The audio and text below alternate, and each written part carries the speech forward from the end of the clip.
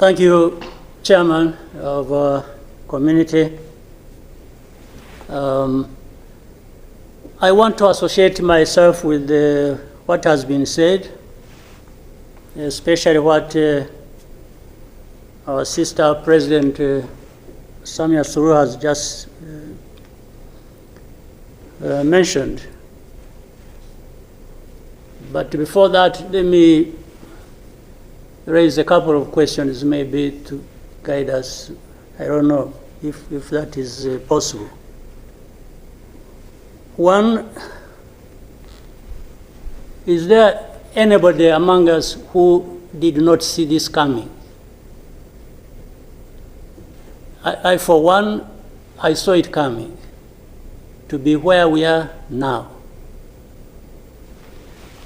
I saw it coming because I did not see who was taking charge of the process, who was listening, who was trying to provide any kind of guidance as to what we should be doing from one thing or one day to another. And by this, I want to also ask,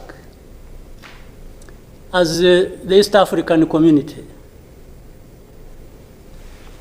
what did we want from the beginning? Or what did we do about that? What are we doing now? And what do we want to do for where we want to go?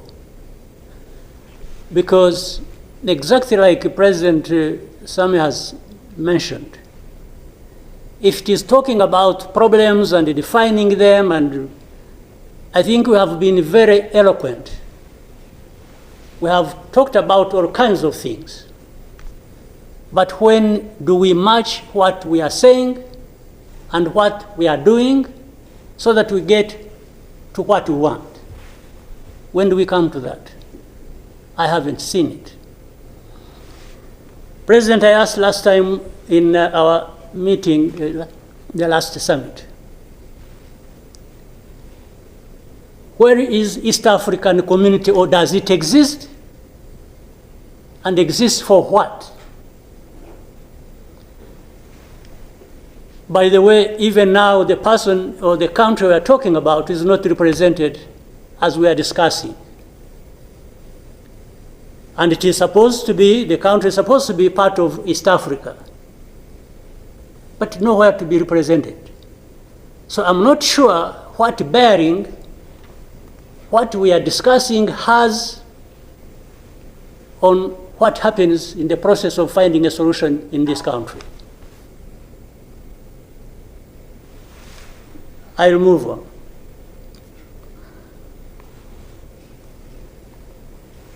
The conflict that was created from the time we had East African community get involved in trying to help in Congo, and later on when the East African force was trying its best and we are seeing progress,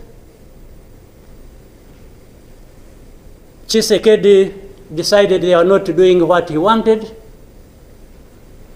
and went to SADC. SADC agreed they would come and do what he wanted and sent everybody packing. And that we complied and kept quiet. What really did we expect to come out of this? Now, worse still, I think even in East Africa itself, ourselves, maybe we have different understanding of what the problem is, and we have never come together to agree or even disagree and find a way to come together finally to do what we ought to do to deal with this problem. Or we simply decided, each country, to move on its own with a different agenda arising out of involvement or whatever in Congo, and that was enough. If your interests were catered for by Tshisekedi, that was fine, even if the others' interests or concerns were not taken care of. You can imagine, therefore, what chaos comes out of that kind of situation.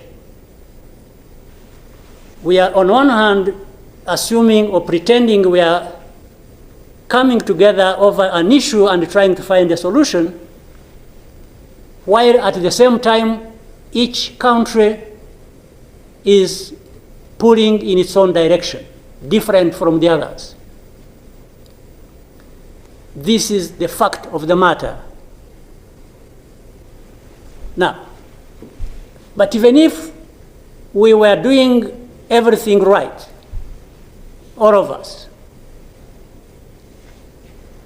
nothing is going to come out of it until those mainly concerned are also part of it and participating and contributing to the success of the process through which they are getting the support.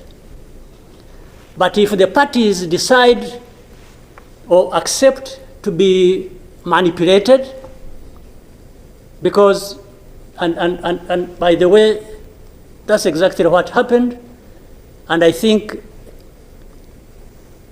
in Congo, there are experts for doing that. They would go to one party and promise them something, and then they would decide to keep quiet about what is obviously going to result into problems like we are seeing now. Or, like he did, he didn't want East African community because they were not doing things the way he wanted, even if it was not right. He got rid of them and he decided to bring in SADC. SADC was, without any question, coming to assist Tshisekedi to fight alongside FDLR, these murderers of our people here in this country, to fight against mercenaries, and to have Burundi on ethnic political basis decide to support Tshisekedi in whatever endeavor, including exactly doing what those murderers did to our people and what they are doing in Eastern Congo. They have displaced people, they have killed people, they have persecuted them on a daily basis for who they are. We have refugees here who have been here for the last 20 plus years, just dislocated from Congo and sent to Rwanda because they say these are ethnic Tutsis and therefore they belong to Rwanda, they don't belong there. And everybody is around. I don't know how many entities we have in Congo, honestly. We have MONUSC, we have SAMI DRC, we have mercenaries, we have Burundi, we have FDLR that has joined them. And everybody is there watching this thing, and we pretend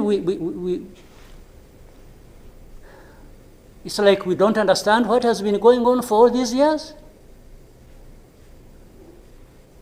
And then when things like this of last week erupted, we behave like we are surprised or we are concerned about humanitarian crisis, about this and that. Isn't persecuting and killing people and displacing them part of that humanitarian concern? So as East Africans, we sit here and then do what about it?